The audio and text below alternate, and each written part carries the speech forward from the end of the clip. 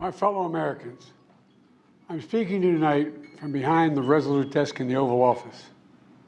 In this sacred space, I'm surrounded by portraits of extraordinary American presidents. Thomas Jefferson wrote the immortal words that guide this nation. George Washington, who showed us presidents are not kings. Abraham Lincoln, who implored us to reject malice. Franklin Roosevelt, who inspired us to reject fear. I revere this office, but I love my country more. It's been the honor of my life to serve as your president. But in the defense of democracy, which is at stake, I think it's more important than any title. I draw strength and I find joy in working for the American people. But this sacred task of perfecting our union is not about me. It's about you, your families, your futures. It's about we, the people. And we can never forget that. And I never have. I've made it clear that I believe America is at an inflection point. One of those rare moments in history when the decisions we make now will determine our fate of our nation and the world for decades to come.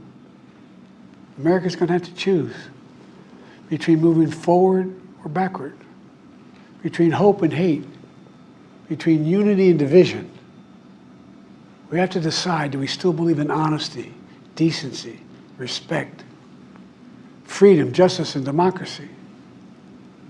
In this moment, we can see those we disagree with not as enemies, but as fellow Americans. Can we do that? Does character in public life still matter? I believe I know the answer to these questions because I know you, the American people. And I know this, we are a great nation because we are good people. When you elected me to this office, I promised to always level with you, to tell you the truth. And the truth, the sacred cause of this country is larger than any one of us. And those of us who cherish that cause, cherish it so much, a cause of American democracy itself, must unite to protect it. You know, in recent weeks, it's become clear to me that I need to unite my party in this critical endeavor. I believe my record as president, my leadership in the world, my vision for America's future, all merited a second term. But nothing can come in the way of saving our democracy. That includes personal ambition. So I've decided the best way forward is to pass the torch to a new generation. That's the best way to unite our nation.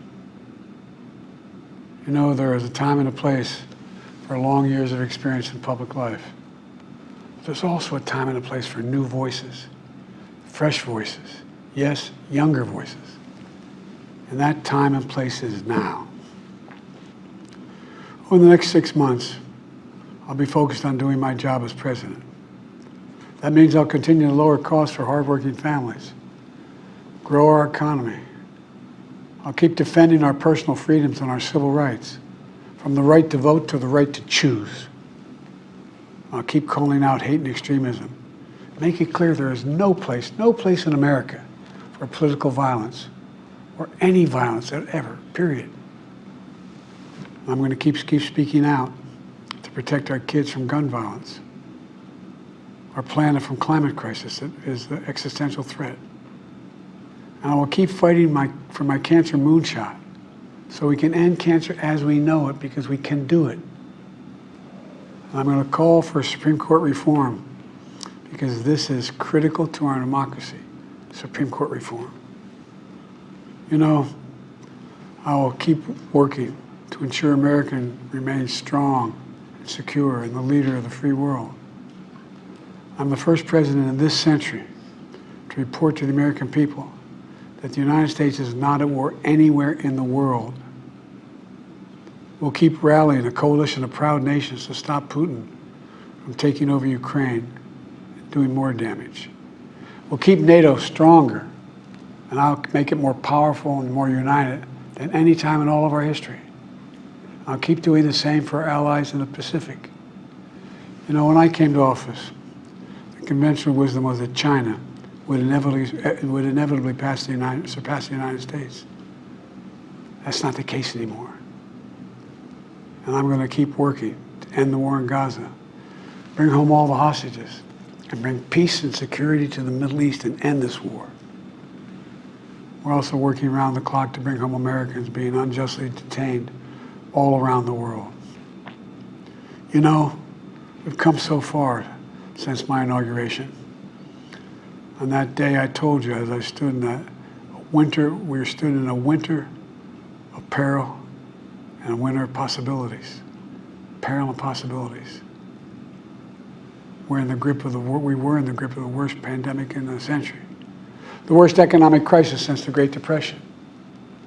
The worst attack on our democracy since the Civil War. But we came together as Americans, and we got through it. We emerged stronger, more prosperous, and more secure. Today we have the strongest economy in the world, creating nearly 16 million new jobs, a record. Wages are up. Inflation continues to come down. The racial wealth gap is the lowest it's been in 20 years. We're literally rebuilding our entire nation, urban, suburban, rural, and tribal communities. Manufacturing has come back to America. We're leading the world again in chips and science and innovation. We finally beat Big Pharma after all these years to lower the cost of prescription drugs for seniors. And I'm going to keep fighting to make sure we lower the cost for everyone, not just seniors. More people have health care today in America than ever before. And I signed one of the most significant laws helping millions of veterans and their families who were exposed to toxic materials. You know, the most significant climate law ever in the history of the world. The first major gun safety law in 30 years. And today, the violent crime rate is at a 50-year low. We're also securing our border. Border crossings are lower today than when the previous administration left office. I've kept my commitment to appoint the first black woman to the Supreme Court of the United States of America. I also kept my commitment to have an administration that looks like America and be a president for all Americans. That's what I've done. I ran for president 4 years ago because I believed and still do that the soul of America was at stake. The very nature of who we are was at stake. And that's still the case. America's an idea.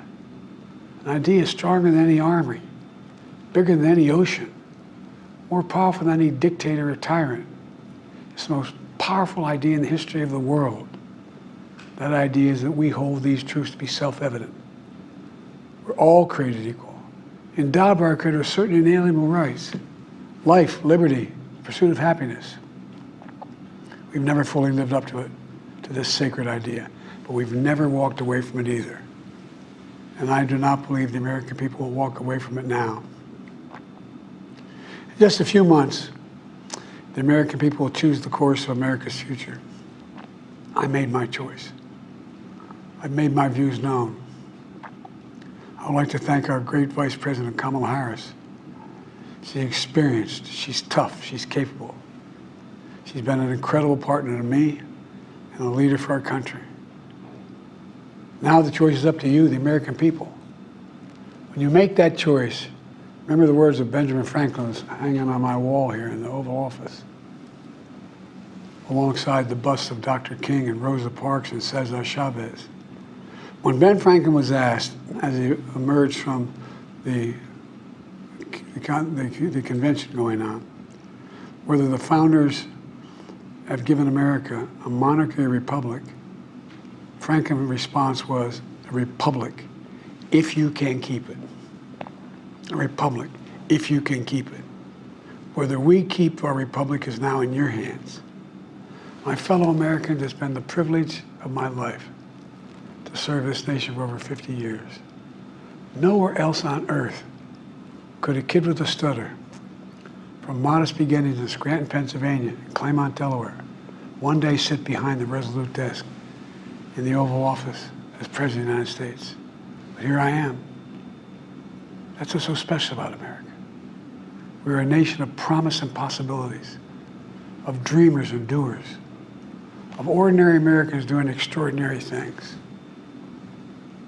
I've given my heart and my soul to our nation, like so many others. I've been blessed a million times in return with the love and support of the American people. I hope you have some idea how grateful I am to all of you. The great thing about America is here, kings and dictators do not rule, the people do. History is in your hands. The power is in your hands. The idea of America lies in your hands. We just have to keep faith, keep the faith, and remember who we are. We're the United States of America, and there's simply nothing beyond our capacity when we do it together. So let's act together, preserve our democracy. God bless you all, and may God protect our troops.